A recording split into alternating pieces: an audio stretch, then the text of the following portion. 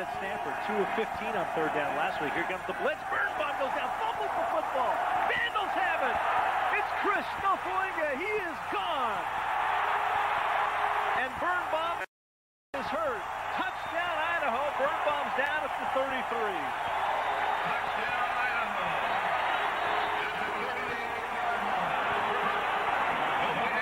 His back or his neck, but you can see pressure right up the middle.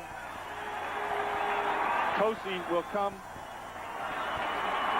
Nofoinga comes up the middle, and there's just a big pressure that's put on by Maltosi, and then it's off to the races for Nofo. Huge turn of events. Cougars were looking like they were going to put it in the end zone or get 3 out of it.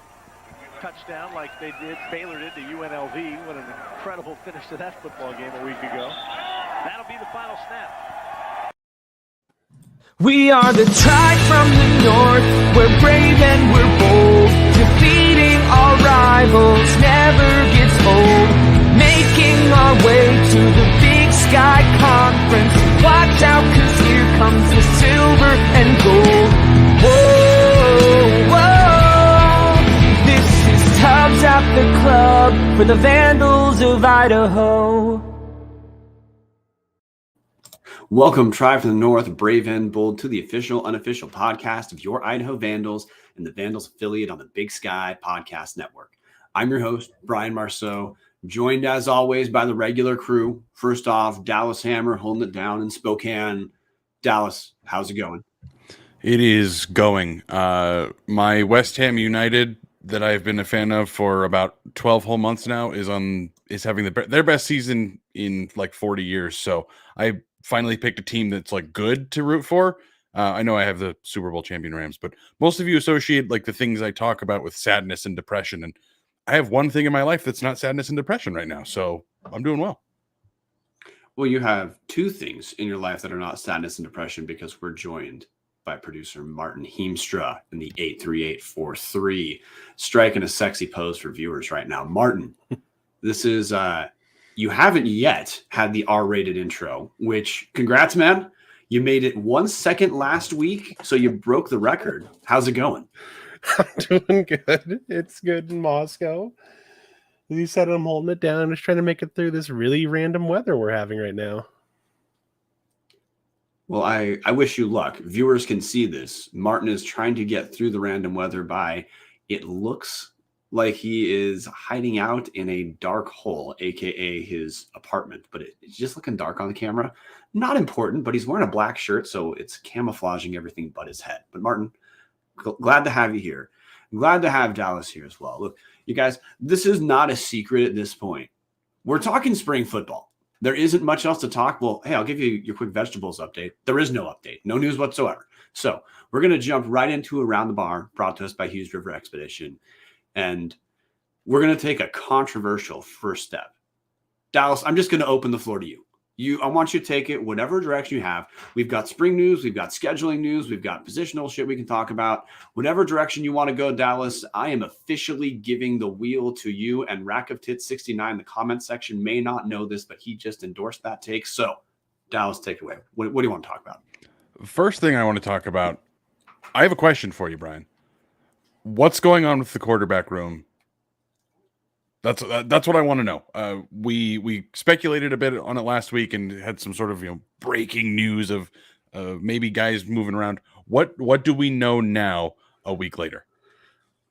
Well, we have some pretty clear news. We talked about it last week, but we have a little more confirmation at this point.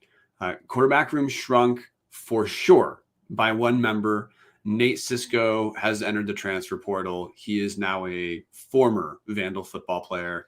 We, of course, appreciate Nate Sisko's time on the team, but he is no longer in the discussion for a quarterback for Idaho football. So, hey, we shrunk by 1. We talked about hearing that maybe Tyler Webb is a guy to look for to move over to the defensive side, and that is not what happened last week. In fact, he's moved up to he was taking some snaps with the 3s last weekend. So that's a representative move up for Tyler Webb. So our info on Sisko, 100% on. Info on Webb, we'll wait and see. But right now it's not trending towards shifting sides of the ball. It's trending towards he's staying and moving up, playing with threes most recently. And the other one we talked about, and this is something that Vandals forever, meaning recent Vandals, have wanted. Zach Borish has been just a pretty wild story in his time in Moscow, and he is now, for sure, based off what he's doing in practice, in the role that a lot of guys are hoping to see him. We talked about last week, he was practicing the wide receiver room, specifically at the slot. He's now practicing with running backs. He's doing kick returns, and he's doing run-heavy quarterback packages as well. So we know what's going on with Borish, which is great. This is the role we all want him to be in. But as far as the quarterback room itself, those are the three major developments, you might say, or the two major developments. Tyler Webb isn't really much of a change. But as far as taking snaps at number one right now, CJ Jordan's the guy who's getting the most reps at the one spot, Dallas. So that kind of brings me into the next question. We're hearing that the offense isn't looking great. A lot of times, if you look through the Battle Axe Award, there's always an offensive MVP of every practice, always a defensive MVP, and always a special teams MVP. A lot of times it seems like the Battle Axe is going to somebody on the defense. CJ Jordan ended up getting it on the Thursday/Friday practice. They had to cancel their Thursday practice because of the weather, moved it to Friday. Anyways, a lot of times we see, like Marten showing it here on the screen, the Battle Axe Award was from a walk-on from Spokane, Sam Brown, won the Battle Axe Award. On Saturday, Mujib Rufai ended up with it. What can we take away from this? The defense, everything we're hearing is the defense looks great. The offense isn't quite gelling yet, or whatever term you want to use. What can we take away from that, Brian? That's an interesting thing to bring up, man, because look, I'm going to take a trip down memory lane that most of us want to never revisit, which is the last handful of Paul Petrino's years in Moscow, where the dynamic of the team from 2018 through, let's say, 2020, 2021 offense was certainly underwhelming for those 3 seasons. Our defense rotated somewhere between catastrophically terrible in 2018 to we kind of settled on being solid against the run, but terrible against the pass. If we were not the worst pass defense in the league, each of the last 3 or 4 seasons, we were the second worst pass defense in the league. Most recently, 2021, our secondary, again, worst pass defense in the Big Sky. So the takeaway that I have for that is you kind of got to break it into 2 parts. We lost a lot of talent in the front 7 linebackers at D-line. We just were terrible in the secondary. So heading into spring ball, really what the hell our defense was going to look like was a big question mark. Of course, Orich is going to have different strategies that are looking to be effective so far going against our offense. And what it means to me is, man, I honestly think Jason Eck took a bit of a gamble, which this might surprise people, but we just talked about Nate Sisko leaving the team. He's like the 5th or 6th total transfer since Eck has become our head coach. And if I told you, Dallas, when Jason Eck took over, we're going to have the only turnover really on the defensive side of the ball is we're going to lose some really good players to graduation. Jonah Kim graduated, Trey Walker graduated, Chuck Akando graduated. Noah Ellis looks like he's going to be an NFL player. He left early for him in terms of eligibility. If I told you that, but then said, hey, we're not going to have a gigantic amount of turnover other than really good players graduating or playing pro, what would your expectation be? Honestly, my expectation would be that the defense was what was going to struggle and the offense was what was going to be solid at worst. That we would see the defense would be struggling in the spring, trying to figure out how to replace much of these major contributors. That's what I would have expected. Obviously, I was heinously wrong. That's why I'm a podcast talker instead of a football coach. Well, here's the thing. You weren't heinously wrong. That's what you should have expected. And I think it was honestly a bit of a gamble on X's part to really buy in on maintaining roster continuity as he came in. Now, we're going to get transfers, of course. Duh. We talked about Paul Moala coming from Notre Dame. He could be an impact dude for sure. That our defense is certainly not going to be worse for him leaving Notre Dame and coming over here. But sort of back to the point, that's actually a gamble. So look at let's just call it underachieving defense based off how they're looking now, and saying, we want these guys back because we think we have the right guys. Well, based off practice early returns, look, X gamble was if we have better strategies, these guys are going to look a lot better. And so far, that's what we're hearing. Look, even in X most recent, two question interview that Vandal Football posts on Twitter, he referenced again, defense looking great, defense forcing turnovers, defense in practice having the offense in plus territory and keeping them out of the end zone. That's all a shock to me. Well, to me, it's a shock that they're looking as good as they are. And look, Marten, you've been to practice. We've got other guys who go to practice. Marten, I'm going to pull you in for 1 second so you can get your like quick 2-word answer real quick. When you saw the defense in person, how'd they look? They are flying around, and it is great to see compared to previous practices that I've been to in the past. It is good to see it is just good to see a defense that is animated and a coach that is pumping them up in all the right ways compared to previous coaching staffs. And hey, when you say pump them up in all the right ways, Marten, I'm going to repeat what other people have told me. I want to hear if you're saying this is correct. I've been told one of the things that's different about Eck and his staff, so it's not just Eck, it's his staff too, is that obviously they're wanting the offense to look good. But when the offense has not been scoring, they're not just yelling at the offense for not doing well. They are pumping the defense up because a lot of this is the defense is forcing turnovers and forcing stops. Meaning, look, the offense needs to execute. But hell, the defense is executing pretty damn well right now. And you referenced flying around. I think that I'm going to take that to mean they're looking a lot more aggressive. It's looking like a team that is playing to make plays. Oh, yeah, that would agree with that statement. Okay, so thank you, Marten. The thing I want to rotate back to now, Dallas, is your question is, hey, what should we take away from this? Well, right now, I'd say it sounds like our defense is developmentally further ahead than maybe even Eck and Co. thought they'd be. Arch was on our show, and Arch talked a little bit about strategy, wanting to build from the back up. And we've had guys like Taylor Cash Taylor Cash, special correspondent, Tubbs the Club, watched one of Orch's workshops that he gave online and where he talked about disguising coverages. And he said, this is absolutely what our defense looks like it's doing this year in a way that it did not look like it was doing last year.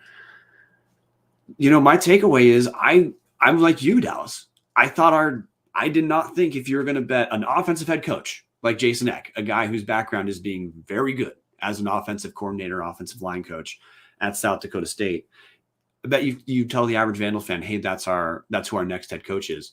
Guess which side of the ball is going to make the biggest developmental jump the quickest? No one's going to say defense. So to me, I'm pretty stoked about where the defense is at. With of course the asterisk, because I got to take us back down to terrible memory lane, Dallas. Or I'll throw back to you for a second because you've been filibustered. We talked last season a lot about secondary being terrible, but you remember the other factor that held the last few Vandal teams back, correct? Do you mean the lack of turnovers? Defensively, yes. Our secondary picked off 2 passes in league play, gave up 20 touchdowns last year. But there was another issue that repeated itself for about 4 years, where a lot of Vandal fans thought when let's say the daddy ball era was dead, we thought there'd be a change. But you know what I'm talking about now, right? Yeah, no. I mean, the offensive ineptitude of this team, which I think is what you're getting at, especially from the relatively poor quarterback play that has been over the previous 4 years, of course. Yes, is honestly probably something we should have thought about more. When I know I went into this thinking, all right, offense is going to figure itself out. Offensive-minded head coach. South Dakota State's offense was so much fun. They bullied people, which I know that we throw the bully term around as a joke sometimes now, but that's what we want. We want Idaho to be bullies again. Great. This is going to be a quick, easy fix. Wasn't the case, and maybe we should have looked at that historically. Honestly, Idaho's offense has been pretty terrible since moving back to the Big Sky. Honestly, even the final year in the Sun Belt, Idaho's offense has just been pretty awful. I have a bunch of random stats to read off, Brian, but great. So I apologize to anybody that gets really bored by this. 2016, Idaho wins a bowl game. They average over 30 points a game. In the Big Sky, that would have been good for 7th that year. If they just stare and compare, they would have been 7th out of if they were a 12th team in the Big Sky that year. So not an incredible offense for Big Sky standards, but keep that number in mind. Idaho scored over 30 points a game in the bowl year. 2017 rolls around. Matt Linehan's hurt. They score under 21 points a game the entire season. That would have been last in the Big Sky in 2017. We go to 2018. Idaho scores under 25 points a game. This is the start of the daddy ball era. Under 25 points a game, which was 8th in the conference out of 11 teams. 2019, we are at 26.09 points a game, just over 26 points. We're right in the middle. And then when you cut it down to conference stats, Idaho finishes right in the middle of the pack. They're 9th of 13 teams in 2019. Move on to the spring season. Idaho scores 23.33 points a game, 8th out of 10 teams. Not great. We moved to last year, and last year was 25.36 points a game, good for 8th out of 13. The offense has just been mediocre for years. So it might have been a little bit of a stretch to assume X is going to come in and take the same roster that they had and absolutely turn it around, because we'd seen the offense had been so poor for so long. The defense has obviously been poor for so long, but I think we've all harped on Bresky enough. We all saw the coverage of death, of giving guys 8 to 10 yard cushions on 3rd and 5. That was a problem. That was a very easy strategic schematic fix. I don't think the offense quite has that ability to immediately overreact. We're realistically, we're at a spot, like, we all think CJ Jordan is going to be a great quarterback. We think very highly of Rich Dutchakal. Like, there are guys on this team that are highly recruited and should be good players. They may or may not end up, contributing here or contributing elsewhere. We are not sure. However, realistically, we have no answer at the quarterback position right now. As much as we think CJ might be the guy, CJ has played 100 snaps in 2 seasons here, just not a whole lot of time. Obviously, the running back room is great. Offensive line, very raw. The receiving core has a couple studs, but then it's a bunch of guys that have never really seen the field. And in hindsight, it's tough to look at this and say, this should have not been a surprise. It feels like a surprise because I think we were all so excited about Eck. It's a little surprising to me that the offense hasn't really found it in 2.5 weeks of spring ball so far. It's weird to me. However, when you kind of look back at historically since 2016, Idaho's offense has been worse than their defense. It's not shocking, but it is shocking.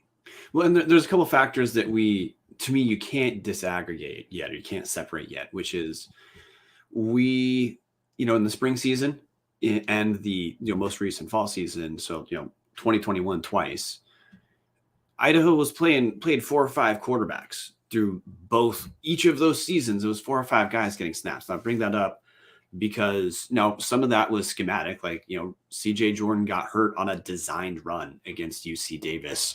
It looked like what Petrino wanted to do was do kind of like the Borish offense with CJ Jordan, which was clearly not the right call. Honestly, the Borish offense is a Borish unique thing. He's a real tough dude.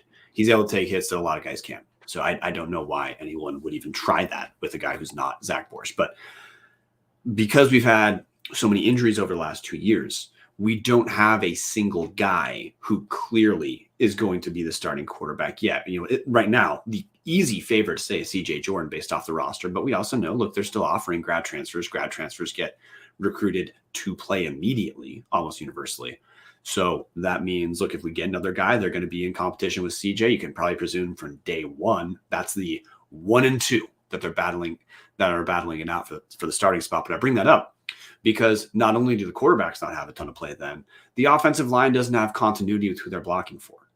And right now in spring ball, because part of the point of spring ball was so that the coaches could see guys actually play, because we have a gigantic quarterback room. It's not going to stay as big as it was.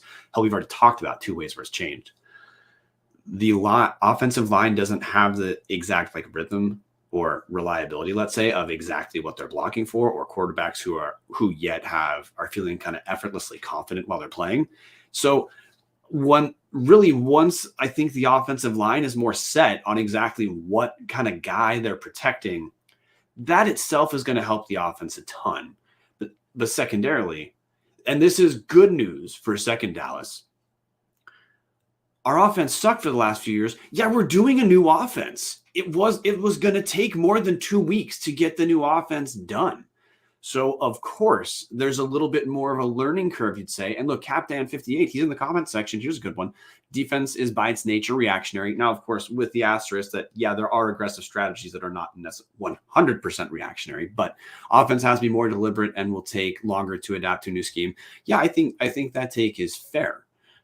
So the offense has a different type of timing that they're having to deal with. They have a rotating cast of quarterback. Look, Orch seems to know who his starters are on defensive line and linebacker. So he's not having to rotate the huge volume of dudes in those key positions. So the offense struggling now that we talk this out, well, it seems that is kind of where they should be. And what Idaho needs to do, one of the things, and we've tried to not be brain dead on this show, and we try to tell our listeners to not be brain dead. Quarterback's not the only thing that matters. The defense looking good really matters. That is if you're looking for a spring takeaway right now, good God, hold on to that one. Don't let it go. That's big news. But for the offense to maybe take its next step, I think it's got to be, they're going to need to get settled on the type of guy who's taking snaps. Now, we also know that, hey, if the offense is struggling, hell, Eck did this on Saturday. Borchardt is there for a run-heavy package. So if they're struggling, that's an option too. And I bet the continuity blocking for that is a little bit easier because the returners they know what they're doing.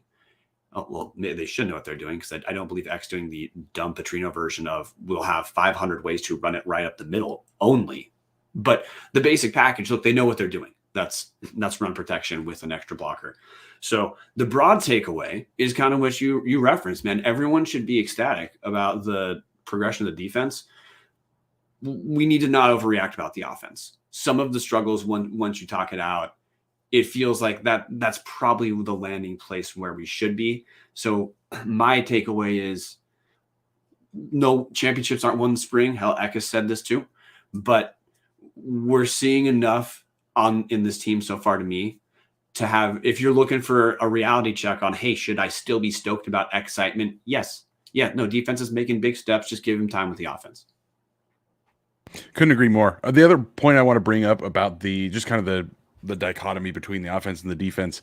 The defense, Eck has mentioned it in the last handful of his 2-question videos. He mentioned an inside linebacker. Favai and Sully Shannon have seen a bunch of time there. They're kind of the leaders of that core. But Hogan Hatton is playing really well, and he's trying to play like 8 to 10 guys on the defensive line. They've got Leo Tamba back. Shout out to Dale Grummert from the Lewiston Tribune putting up an article last week about that. There are a bunch of guys that came back, and there's so much depth in the defense that we probably should have thought about that a little bit more. But then on the other hand, with the offense, we've talked about the quarterback situation. Not any of these guys have a ton of snaps. This is all brand new, entirely new offense to learn, and also just not a lot of experience there. Running back's a little bit different, but wide receiver, I mean, outside of the few guys that played most of the snaps last year, there's not a lot of tape on those guys either. So I think the weird thing about the offense is they're just trying to figure out who can do what and who should play at what position.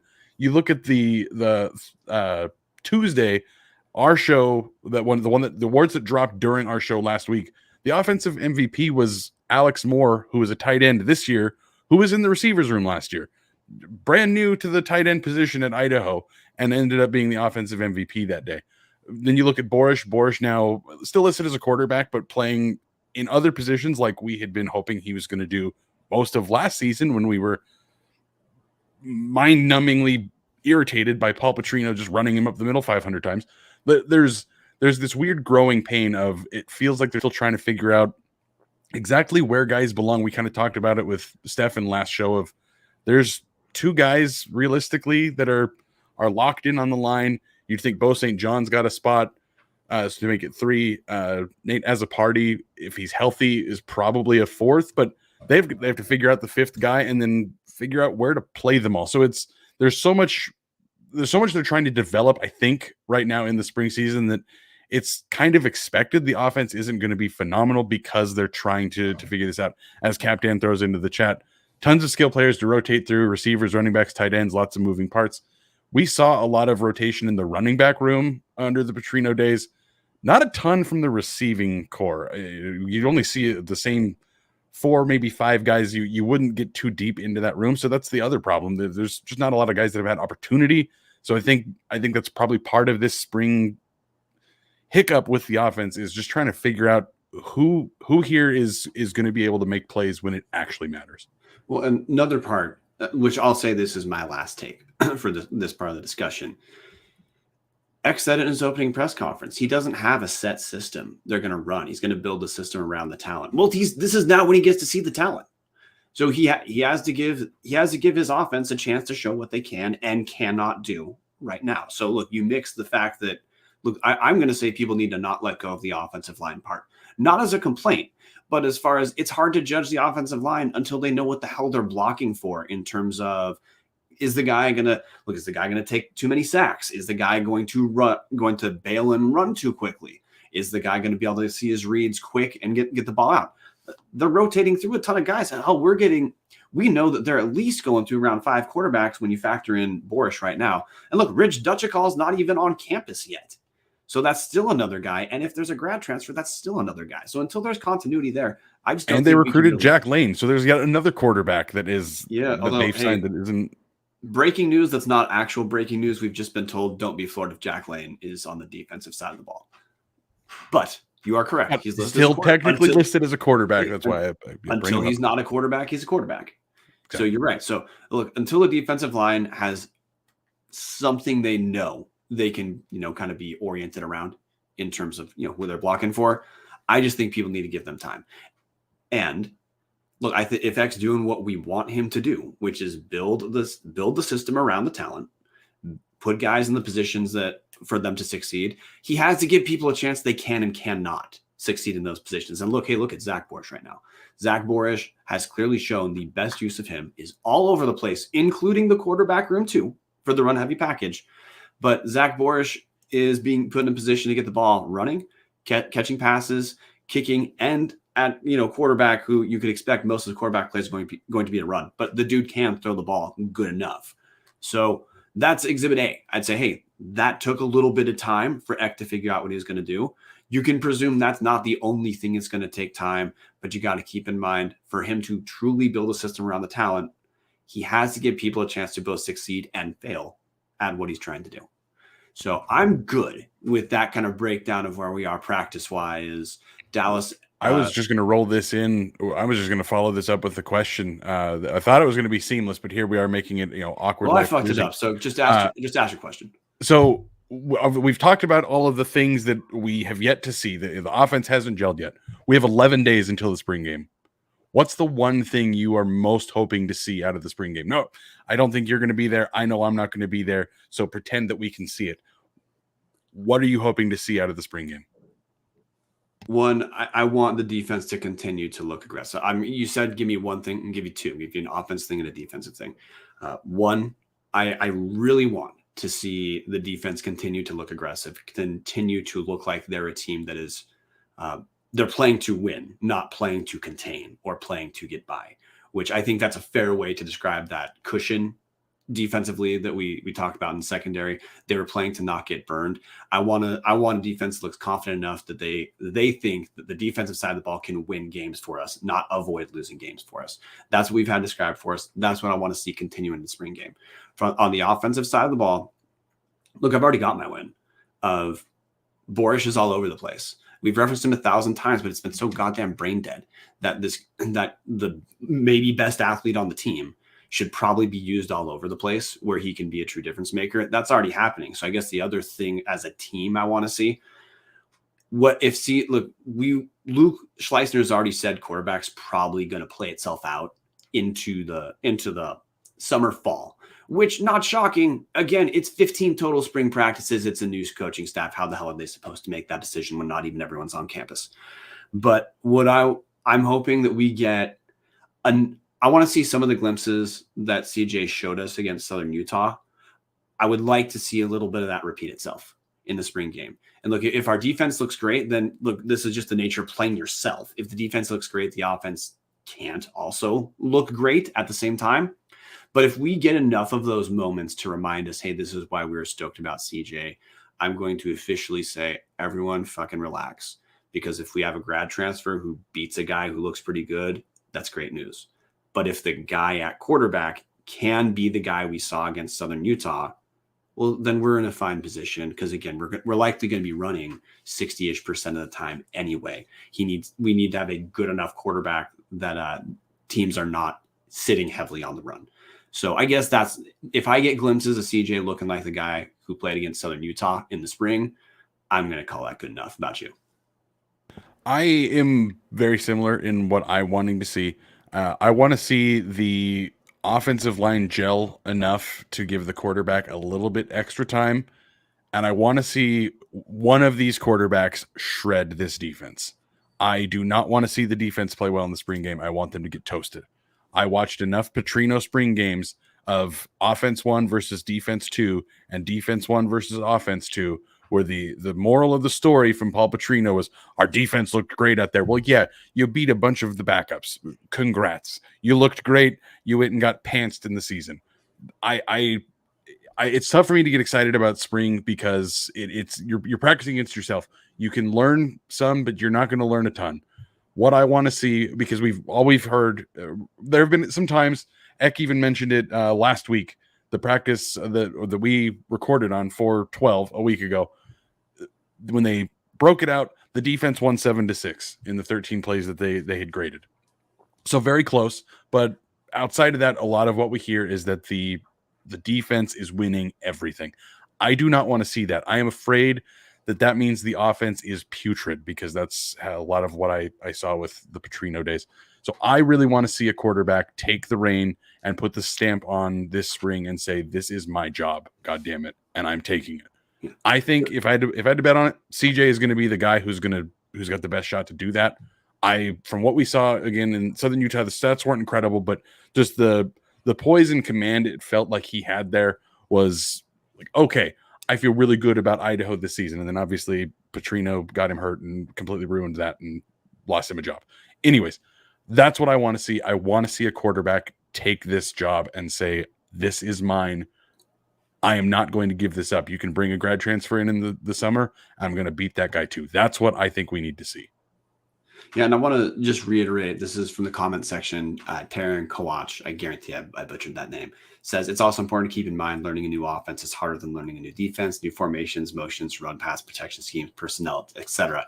And look, that's another version of, hey, dudes, be stoked about the defense, but like take a Xanax about the offense right now. One of the things we were told that Petrino did was he would have teams practice a ton of stuff. And we didn't talk about this much last year when we were live, because hey, it was actually new for us to have sourcing, but we had a ton of people, players, parents, tell us, look, they practice a handful of things all week and then do God knows what when the games roll around.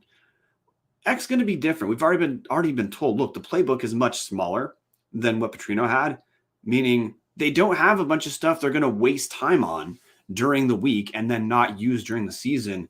It's just different, meaning everyone on the offensive side of the ball has some new stuff they're going through. So, look, we're on the same page there. And I probably should have tried to not be a moron, and I should have focused on the offensive line, because you're again, like, the quarterback thing does matter. If this team has a strong offensive line, our quarterback's going to be okay. And the rushing focus heavier than last season. Like I said 1,000 times, Eck rushed it 58% of the time at South Dakota State, passed it 42%. If we have a ratio like that, if our offensive line is sound, our quarterback's just going to need to be good enough to make some plays and keep the defense honest. And then just to put a button on it, Captain again jumping in. Excuse me, Captain 58. I want to make sure I get the whole handle in there. What are we looking for in spring? Decision making at QB. Execution can be cleared up.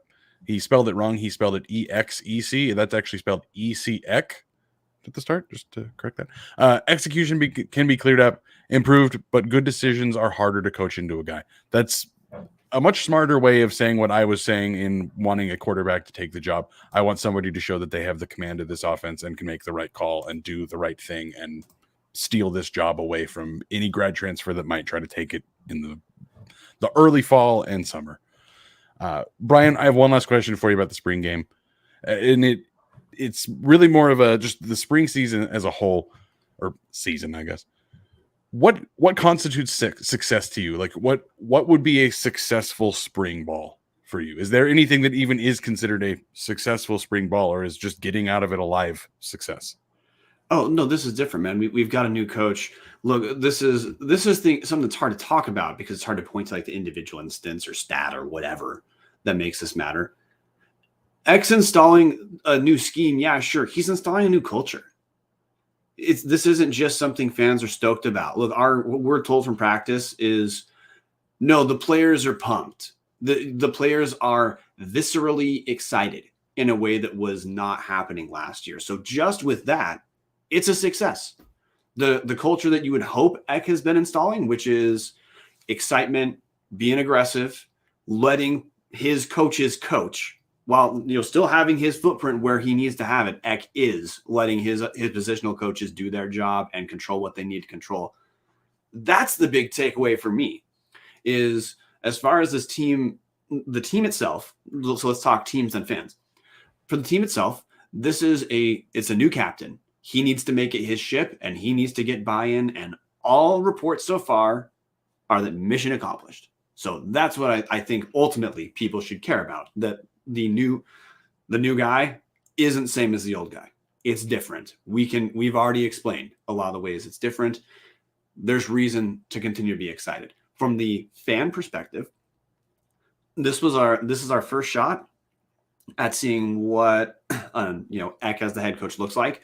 And there's never a point where a new head coach is going to have a higher approval rating than before their first practice or before their first game.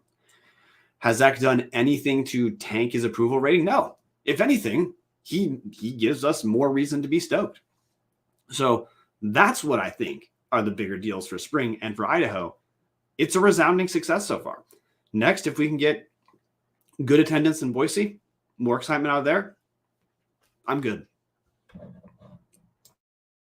No, I completely agree. And I actually kind of posed that as a trick question. I think that the spring has already been a success.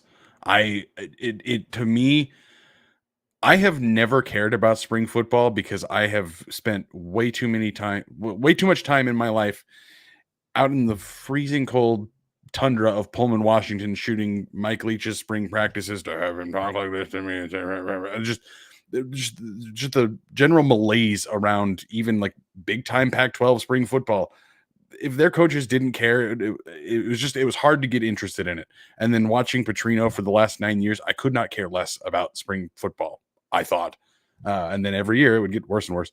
And now here we are, and we're talking about it. And I'm actually not like wanting to claw my eyeballs out talking about it. And people are in the comment section, like actively engaged in conversation about spring practices.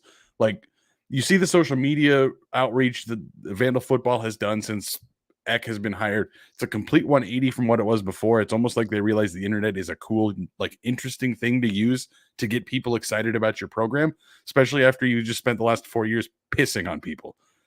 I don't think you could say this is going any better than it possibly could. Yeah, I'd love to have an answer at the quarterback. I'd love for Eck to come out and say, yeah, you know what? CJ's going to win awards this year. He's going to be the Big Sky MVP. Like he's going to destroy this entire conference. I'd love to hear that. That is something that is not going to get taught or told in the spring. It just isn't. It's not going to happen. The games aren't for 5 more months. It's just, we can't get a whole lot of useful football knowledge out of this. But what we can see is that the culture has completely changed already. Brian mentioned it. I'm going to just lay that on even thicker. We had people reaching out to us all over last year about how miserable the players were, about how terrible Petrino was to a large portion of kids. There are other kids that had great experiences with him. I do want to say that. We've had people reach out, and we've had people on the show and talk about how much they thank him for what he did for them. There are plenty of other people that reached out to us privately and said, that is not the experience that we had. Screw this guy. Yeah, the ratio was not close on who was reaching out. No, not close at all. Since Eck has taken over, we haven't heard any of that. Everything we've heard is that players are excited. Players are engaged again. Players feel like they're respected and that they're wanted and that the coach cares about them. And That to me, that's the win. That is, you see Rack of Tits 69 in the comment section. What brought him back to Vandal football after the drop down? I would like to believe it was us, mostly Brian, probably a tiny bit of me just for the well, my life's better than that guy. That guy's a dick. Other than that little piece that we probably added to Rack's life, Eck is the guy. Eck has brought in a bunch of new interest to this program, and I think people are going to start slowly building back over the last 4 years. We've lost so many fans.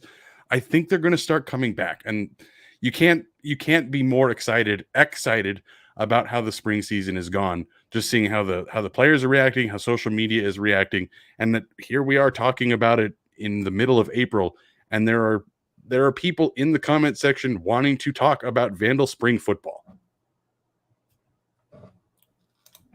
What I'm going to put to close this part is, look, pull the curtain back for viewers. Heading into this week, prepping for the show, Dallas and Marten both messaged like, hey, if we just need a 30-minute episode, let's just do a 30-minute episode.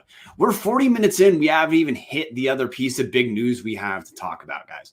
So, Jesus Christ. So, yeah, dude, the spring's already a win.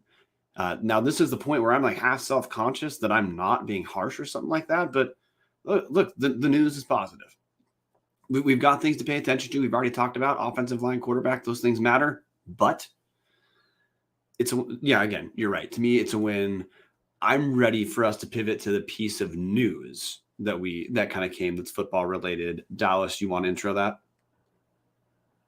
Yes, I would love to intro that.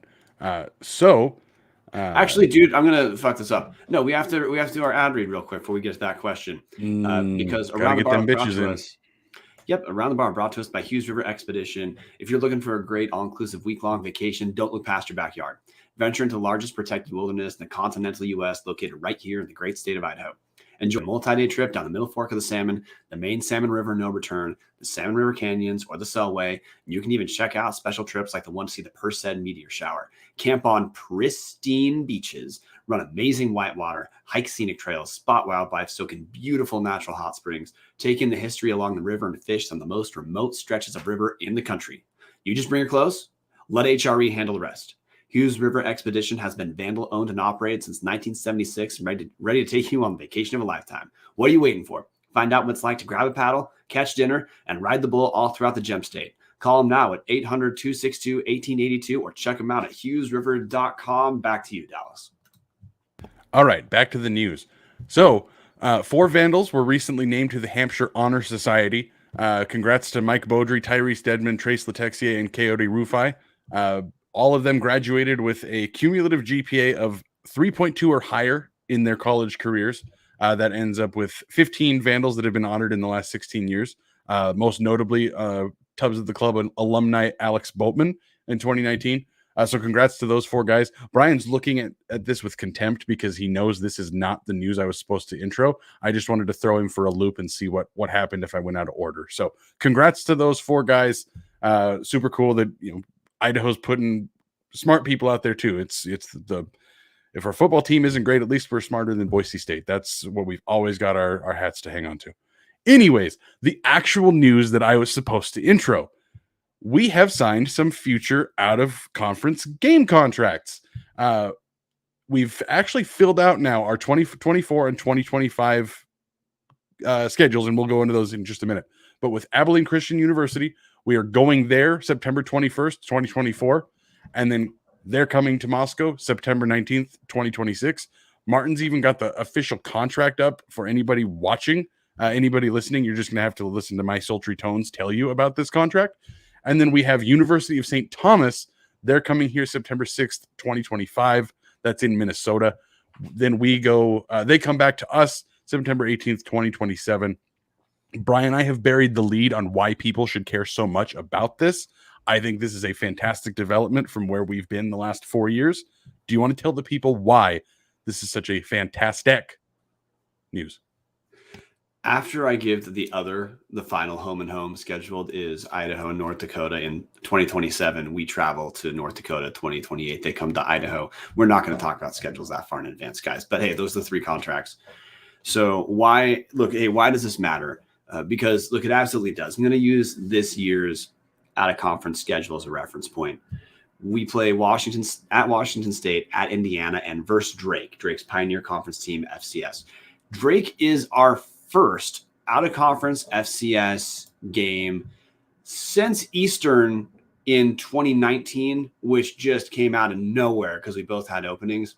But we had that Eastern game because that was one of those weird seasons where there's the extra week after Thanksgiving where teams can schedule 12 games instead of 11.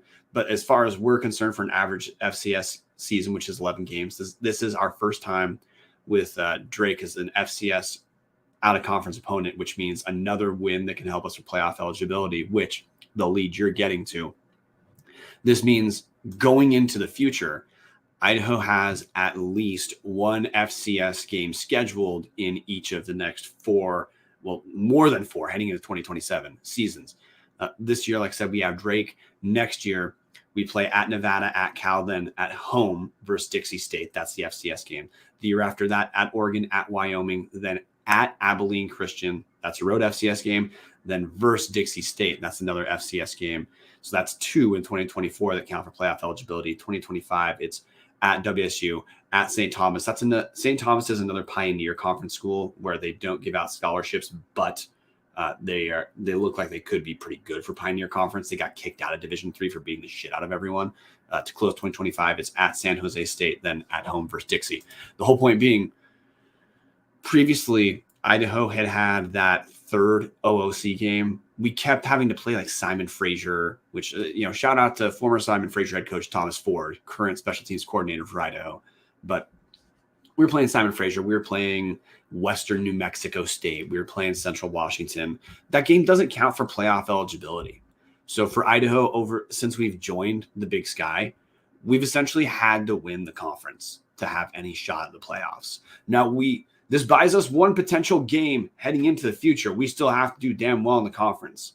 But it is schedule-wise for sure a step in the right direction that Idaho now has an extra game that will count toward playoff eligibility. And that's a universal positive. It's been tough knowing that we play those D2 games, we get the extra home game, but it's a waste of time in terms of playoff eligibility. Having an extra FCS game on the schedule is only good. And in the few weeks where we have 12-game seasons, we have 2 extra FCS games. Exactly. I mean, that's the big thing here for everybody is we no longer have that useless Simon Fraser game.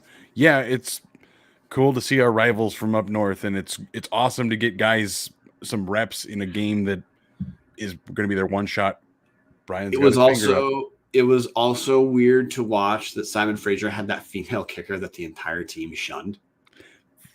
That was weird. I thought Canada was more accepting than that, but not worth the thrown away week. But hey, we're grasping at straws. I found one.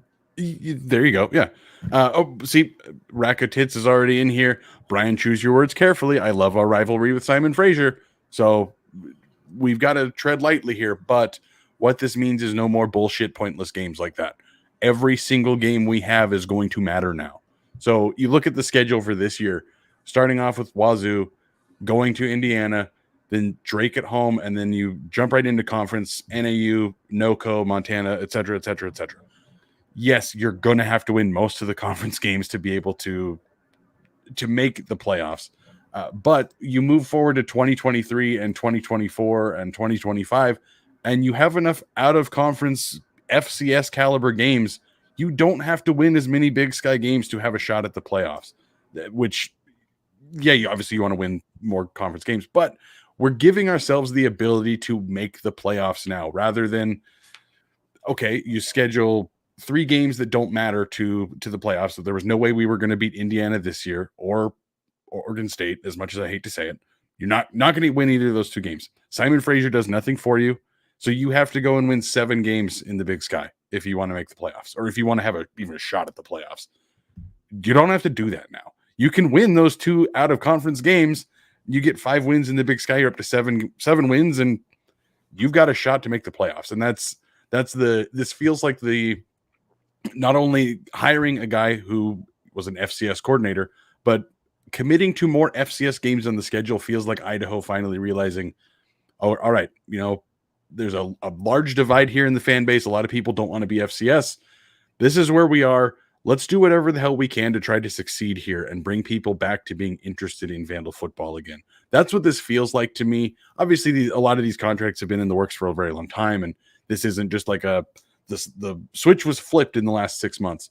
But this is what it feels like to me, Brian, that Idaho is making the commitment to, we need to become the bullies here. We need to be what Montana is every single year. No longer talking about, well, are we going to fire our coach this year? Are we going to fire our coach this year? We need to be talking about consistent playoffs every single year with shots at national championships. Yeah, exactly. Just like our men's basketball team. So yeah, exactly. There's 2 points we have to bring up with this, just because I've absolutely seen comments and people just questioning, hey, how this is a question about how schedules work. Is this 100% perfect news? No. The downside to some of these FCS out of conference games is part of why schools like Idaho would schedule the D2 game against Simon Fraser Central Washington is because it gives you a 5th home game for season tickets and a 5th home game for if you're a business that relies on people showing up to games and buying drinks, buying food, staying in a hotel, whatever. It's an extra weekend to contribute to the community. Well, there's a few years that we lose that. So, 2024, we're at Abilene Christian. That means our first home game isn't until October, and we only have conference home games. So, look, that does kind of suck. And that repeats itself in 2025, I believe, with 2025 with St. Thomas. Wait, no, actually, St. Thomas, we have Dixie State, so we have that extra one. But 2024 versus Abilene Christian. Ooh, the way that wait a minute. Hold up. Fact check. Because we played Dixie State 2023 and 2024, we don't only have four home games. Thank God we brought that up. Now, you do lose a potential home game that you could have had. So I guess that's what I'd say is the theoretical downside is you would have hoped to maybe get an extra home game, and it doesn't quite work out that way.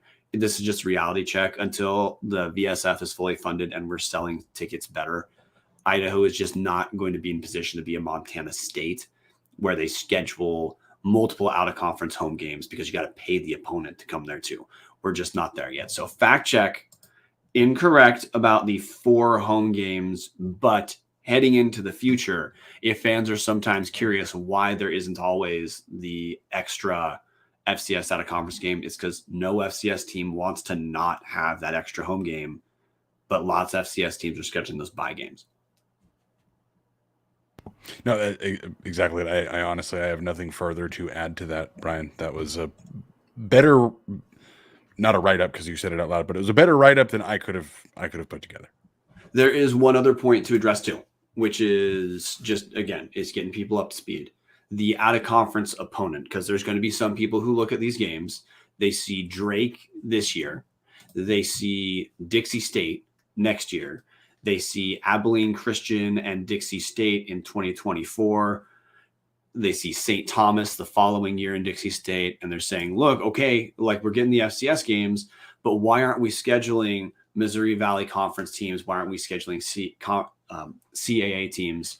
My answer to that is, hey, dudes, this is how good FCS teams schedule. And you might not buy it, but hey, I'm going to talk to you about Montana State last year, national runner-up, Montana State.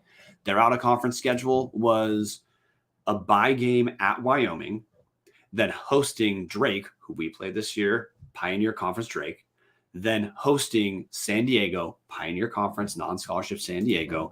That's their out-of-conference schedule, is they get paid for one game, and then they bought a couple wins because those Pioneer Conference teams are not even necessarily better than good D2 teams. So the takeaway is it's a huge risk for a school like Idaho that can only schedule an out-of-conference game that's FCS and matters for playoff anyway. It's important to try to schedule a win. So even that game into the future, like 2027, I think we said with North Dakota, that will be a fun out-of-conference game in half a decade. But that's from this far away, that's a gamble because if you lose that one out-of-conference game, well, you got to go 7-1 in conference if you're going to have a shot in the playoffs. So my verdict on the schedule strength, we should. St. Thomas, maybe they'll be different because they have a weirder background as far as being kicked out of D3 for being good. But I'm all about it. Schedule the wins, get some momentum. Hell, that's what Bobby Houck's done at Montana forever. Get some momentum in the out of conference and try to ride that momentum to your big wins.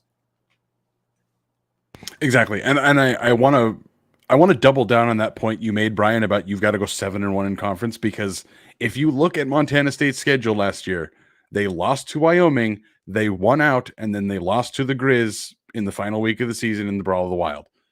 If you take out Drake and San Diego and put in Simon Fraser and Indiana, say they lose to Indiana, they beat Simon Fraser, that win doesn't matter. They legitimately went 7-1 in conference, and that would have gotten them in. It's so hard to expect Idaho to be able to do something like that, especially after the 2 years of daddy ball and the 2 years of, oh, God damn it, we got to fire this guy. Like it's just the reality of how this works. It sucks. I wish Idaho could go schedule bigger and brighter names and develop the profile, but it's not going to happen. If you want to succeed at this level without becoming North Dakota State, this is how you have to do it. And this feels, again, the point I made earlier, this feels like Idaho is finally committing to saying, all right, we're in the FCS. Let's go out there and win. Let's go out there and make this a program.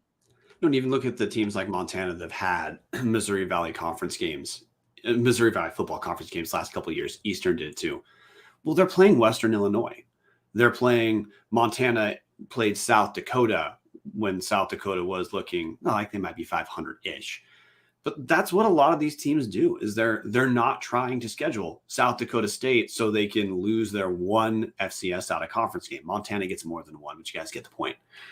Would I like us to be in a position where we can at least gamble with one of those games? Oh, for sure.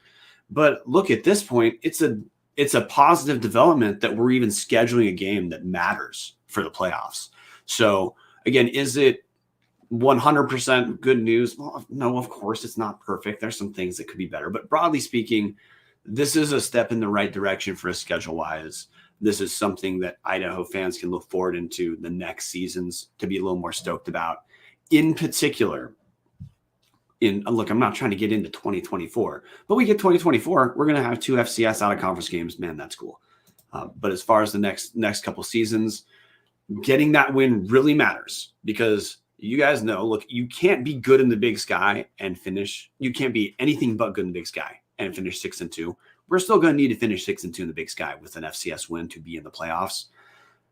But 6-2 at least gives you breathing room. 7-1 means you essentially have to win the conference. Some teams can make it to the playoffs with 6 wins, meaning we win the out of conference game and could go like 5-3 in Big Sky play. You cannot expect that's what's going to happen. Now, this is last point to circle back on why the scheduling is the right call. Big Sky teams don't have to worry about strength of schedule if you're good, because you get the strength of schedule in conference play. That's going to protect you for seeding. For out of conference, just get teams like Idaho, especially, that can only schedule one of them, get the goddamn win and just get into the season. Couldn't agree more. I at this point, I don't give a shit how they get there. If they can get to the playoffs, if they can get to the playoffs this year, I'd be ecstatic. But I don't care if you do have to beat up on Drake and San Diego. Don't care. Do not care. Playoffs are playoffs at this point. Like, give me something to feel like there is success here, because I not to start the FCS FBS thing again, but I was pretty open about thinking, look, Idaho has no home in the FBS. We could try to ride this out for 5 years and hope that we'd get like the Conference USA invite that I don't even know if we would have truly gotten, or drop down a level, find stability, and try to turn the program around from being 3 winning seasons in 20 years. Like that, I was just done with that. That sucked. That really sucked. Being down here, I don't give a shit if we beat up on Drake and San Diego. If we can make the playoffs and say, oh, hey, we won more games than we lost. We've said that 3 times in 20 years. Now it's 4 in 25 or whatever that number ends up being at the end of the day. If we can start building on things, that's what matters to me. Doesn't matter who we beat up or who we cupcake through to get there.